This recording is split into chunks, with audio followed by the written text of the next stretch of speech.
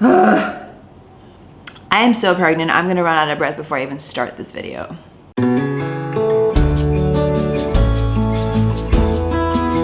What's up guys? My name is Jo. Welcome to my YouTube channel. You're watching Life Unexpected, and in today's video, I'm gonna be talking to you about my first trimester recap. I'm just gonna be talking mostly about how I found out I was pregnant and how I dealt with first trimester. Because it kind of hit me like a train, and it wasn't fun.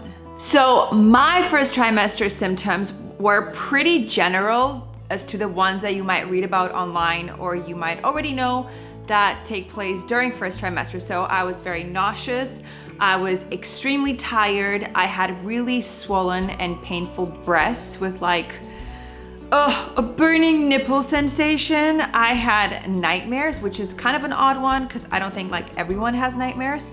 I was peeing a lot. Like there were sleepless nights where I would just go to the bathroom 6-7 times a night, and I was feeling really miserable and irritable from my prepartum depression, which I had no clue about that it would happen. I mean, we always hear about postpartum, but no one really talks about prepartum, and that's actually something I want to talk about more in depth, either in this video or in another video. So I'm actually going to go through all of them and kind of explain a little bit about each one. So I was about 5.5 weeks when I found out I was pregnant. And basically what had happened was I had all the symptoms that you would normally feel when you're getting your period. So my back was hurting, my boobs were swollen, so bigger, but they were like weirdly painful, like a pain that you've never felt before. Like they were so painful that I would shower and the water from the shower head hitting my breast was too painful. So it was too painful for me to actually stand under the shower. It was too painful to wipe myself dry with a towel. It was too painful to hug my partner or anybody else. Like I would literally just, anytime anyone got close to me, I would just be like, oh, don't touch me. Like I was so scared that somebody would just hurt one of my breasts. But I associated that with me getting my period. My period was late, and I didn't take that as a warning sign at all because actually I suffer from PCOS, which is polycystic ovarian syndrome. So I've been used to not having regular periods literally my whole life. I mean, for the year 2018, I only had my period maybe 4 times in the year. Missing my period was not an odd thing. I was like, okay, yeah, whatever, like, it's just PCOS again. I was waiting for it, but it wasn't coming. My boobs were hurting, my back was hurting, I was bloated. But the weird part is that I was just feeling tired all the time and all of a sudden. So the nausea actually hit me like a train. There was no warning about it whatsoever. It was just like boom, like from one day to the other. It was Sunday morning, I was coming back from a training class, like a workout class. I remember just getting so sick all of a sudden, just out of thin air. But it was the kind of sick as if I would have had like a really bad vodka hangover or something like horrible, like tequila. And I remember having to pull over, catch my breath, because I'm not one to puke on the side of the road. I really hate that. So I said to myself, I'm gonna get home and I'm gonna puke at home. So as soon as I got home and I opened the door, I ran to the toilet and I just puked everywhere. But the weird part is that I didn't vomit food. I actually ended up vomiting stomach bile. So I thought it was super peculiar because the only other times I had ever vomited stomach bile was if I would have had, like I said, a really hangover. So I ended up spending the whole Sunday indoors, just moping around and like being so sick. I didn't end up vomiting again, it was just in the morning, but I was feeling so sick. And then I remember around 5 o'clock, I started feeling hungry, but it was a weird kind of hunger because I was hungry, but I was still feeling sick and like weak and tired, but I was having cravings and I was like, I'm craving homemade French fries. So that was very, very, very odd. So Monday morning rolls around and I was on my way to work and I told my friend in the car that I had been throwing up and I was feeling really odd and I missed my period and whatever and da da da da. And she says, girl, I think you're pregnant. You gotta take a pregnancy test. And I was like, no way. Like, I have PCOS. 4 months ago, the doctor told me there's no chance for me to get naturally pregnant without treatment. So I was like, not me. So I woke up on Tuesday morning and I rushed to the bathroom to take the test. I can't say I was necessarily excited to take the test. I was more excited to actually have an answer, to have a relief. I'm sitting on the toilet, I whip out the stick, I pee on it, and normally you have to put it aside for like 3 minutes, as it says on the packaging. I've taken pregnancy tests before. I know how they work. I can tell you that the minute I peed on this stick, I had never seen 2 lines turn pink faster in my entire life. I didn't even have to put it down. I was just staring at it and I was like, oh my God, this issue's real. I am pregnant. There is no wrong about it. There is no wrong positive ever. And I didn't have a typical, you know, pregnant woman reaction where I'm like, oh my God, like I'm crying and stuff. It was more like a shock. I was like, oh my God. Babe, like I just yelled so loud and I was like, Lord have mercy, I am pregnant. What? How? I mean, I know how, but like what? It took me a while to wrap my mind around it. I think about 4 months actually. I think my whole first trimester I was in complete denial that I was actually pregnant. Even though I was having all the symptoms and feeling like crap all the time, I actually couldn't conceptualize that I was growing another human, honestly.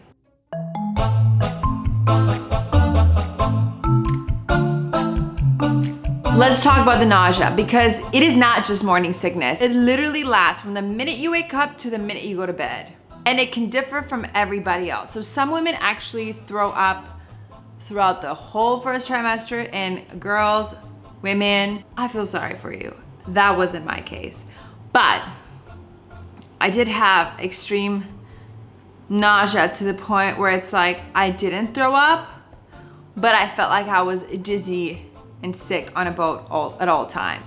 It was horrible. And the smells, just remembering how badly I hated tuna just makes me want to gag again. Pregnancy nausea is a very odd physical feeling. You feel your cravings and you feel like you want to eat because you're hungry, but actually you can't because the smells of everything like completely avert you from actually consuming anything. And anything you may put down might actually just come up, or you have the acid reflux, or there's so many things. So it's just a very, very odd time, and it's a very odd thing, whatever is happening to our bodies in our first trimester, if you're experiencing nausea. Now, my nausea wasn't so bad. It only lasted about 4 to 6 weeks. And as I said, I wasn't really vomiting. I mean, I was dry heaving a lot. I had a lot of acid reflux. The food would just like come back in my mouth, but that was about it. But I would feel like I would have to throw up, and I would feel dizzy, and everything around me made, like all the scents and smells around me made me feel nauseous. So I don't really know what's worse, throwing up all the time or always feeling like you have to throw up.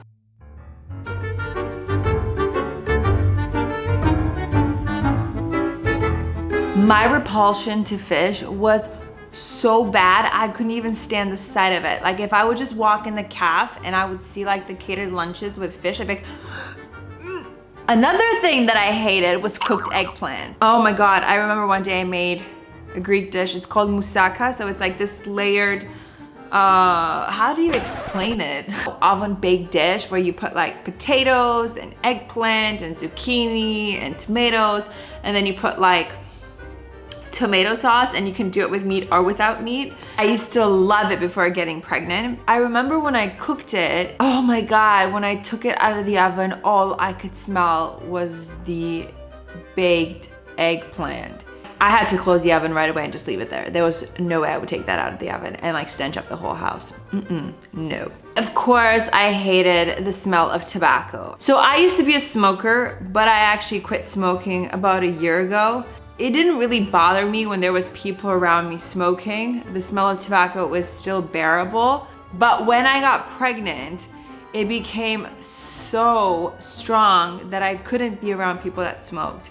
And if you came to hug me after, oh, like I just So another sensitivity to odors that I had were cleaning products. And that was kind of understandable because cleaning products generally have a stronger smell than most products or most things. But it made it kind of difficult to clean my house, especially on weekends when I would have to like clean the bathrooms or clean the kitchen, and I was like using like stronger substances, and I would literally just cover my face and like scrub like this, and it was like really difficult. Yeah, that was a struggle. Don't want to go back there. And the worst one because I actually love it, was coffee. I didn't expect to hate coffee.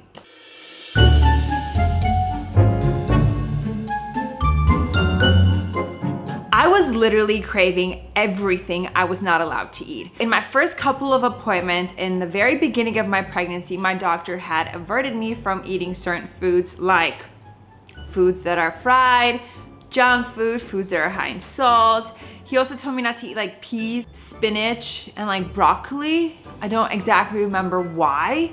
Also not allowed to eat like chickpeas and beans, like a lot of things that I had to remember, and obviously like raw fish, so I wasn't allowed to eat sushi. Not a lot of fish, not a lot of tuna, like canned tuna. That doesn't matter because I couldn't freaking down it anyways because of the smell. The things that I was craving were salty and fried. All I wanted to eat while I was feeling sick was homemade French fries. And then I was craving chips all the time, like either Lay's salt and vinegar or Lay's salt chips.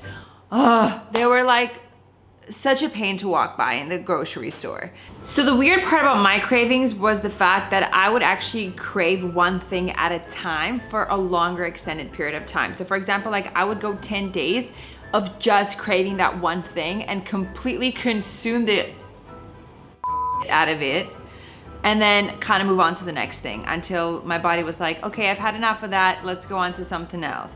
So the first thing that I was like really obsessed with was Alpro's soya chocolate milk.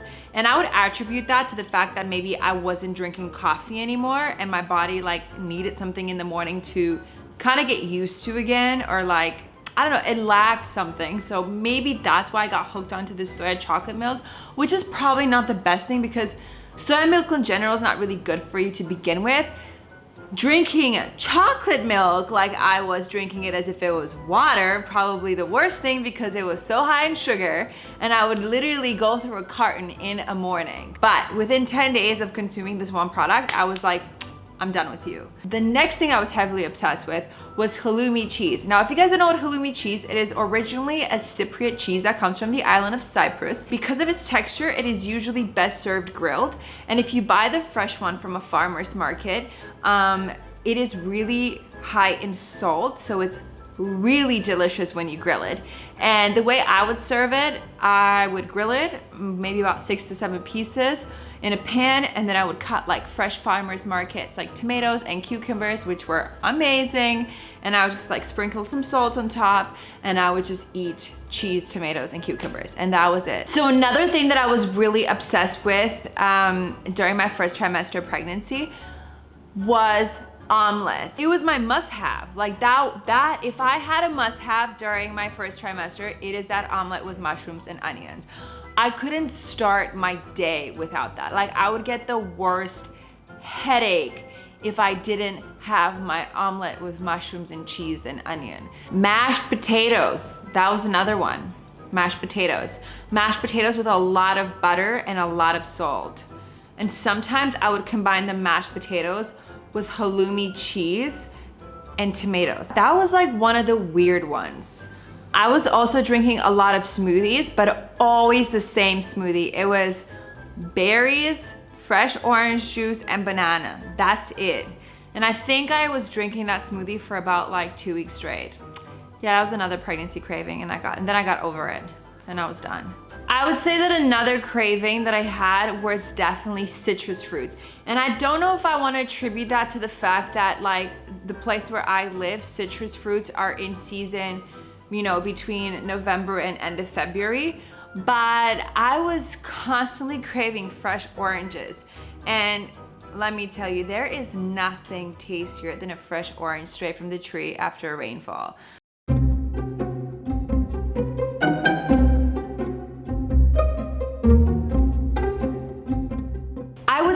increased urination was probably, or is probably, the most annoying symptom of pregnancy overall. And it started out at 5.5 weeks when I first found out in first trimester, and it has continued on to second, and it's probably gonna continue into third until the end of my pregnancy, until I push this little one out. Because as the baby develops and grows and becomes heavier, it is literally pushing on everything that's inside of you. And of course, one of those things is your bladder. Sometimes you would just feel like you have to pee. Like I would just feel like I have to go pee, and I would go to pee and it would just be a little trickle. Like at this point, might as well wear diapers, because I don't want to have to be going to the bathroom all the time. Horrible fatigue is another really common first trimester pregnancy symptom, and actually mine started out about 2.5 weeks prior to me actually finding out. I wasn't aware that it was a pregnancy symptom. I just thought that me as a night bird, I had always been a night bird. I just thought that I had finally managed to discipline myself to sleep early, even though my body was literally just crashing at like 8:39 p.m. And my partner and I was both like, what is going on with you? Like, when did you become so disciplined? I was like, I don't know. I'm not a night owl anymore. I am now going to bed at 9 and waking up at 7 like a normal person who has to go to work. But little did I know that my body was just literally like on sleep mode because it was growing another human. It was like a kind of tiredness that I had never experienced before. It felt like my body was just drained. I couldn't keep it together. I was sleeping at work. There, I said it. I would take my 1 hour lunch break and I would eat for maybe 20 minutes, half an hour max, and then I would sleep for half an hour, 40 minutes, because my body just would not allow me to work. There were times where like I would be on my computer at my desk and my eyes would just close, like doze off. I would fall asleep just sitting down, just like sitting, you know, not even laying down. It was serious, and I would fall asleep around 8:39 p.m. at the latest. What people need to understand is that extreme fatigue or extreme tiredness during pregnancy is uncontrollable. You've lost the reins over it. It takes over your body. And if you think about it, it actually makes sense, because your body is working so hard in the first trimester to build another human. The first 3 months of your pregnancy are the most important, and that's when most of the miscarriages happen. That's why they tell you don't lift heavy things, watch what you eat, get a lot of rest, da da da da.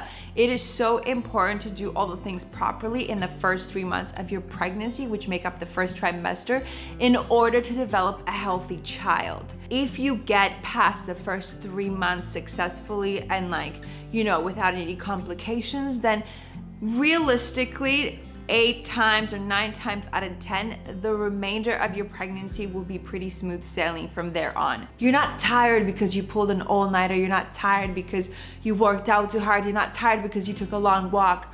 You're tired because it's taking every single ounce of energy that you have to put this new life together. It's crazy, it's bonkers. Like when I try to wrap my mind around it, it just like, I can't, it's crazy.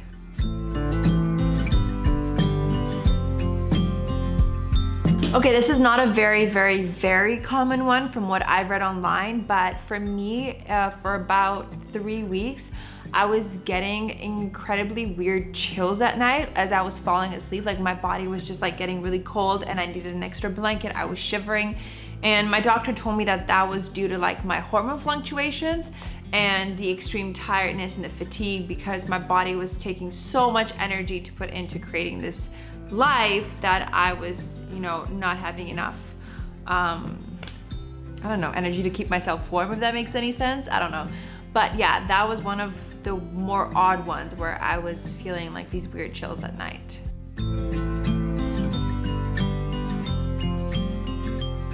Another really odd symptom that I had during my first trimester were nightmares.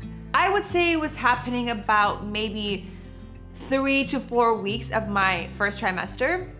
They were nightmares that I would wake up from sweating and just being traumatized in the morning and just having like one of those really odd starts to your day where everything kind of feels like fuzzy and blurry and you just don't really know what happened. You know when you have a nightmare and you wake up and you don't remember what you dreamt about, but you know that it made you feel really, really bad and you felt really anxious? That's literally how I felt for about, I would say, maybe 3 weeks on and off. It wasn't pleasant, and it would kind of like set the mood and the tone for the rest of my morning on top of everything else.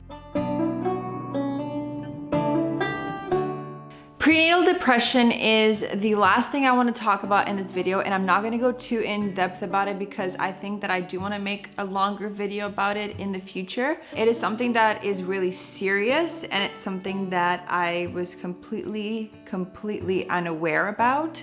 No one tells you about it. No one explains to you actually what is going to happen. No one prepares you for it. And it is something that is actually not really easily recognized.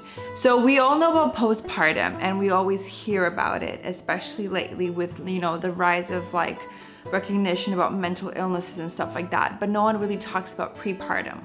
And prepartum is a time of your pregnancy where you are really lonely and you feel so isolated.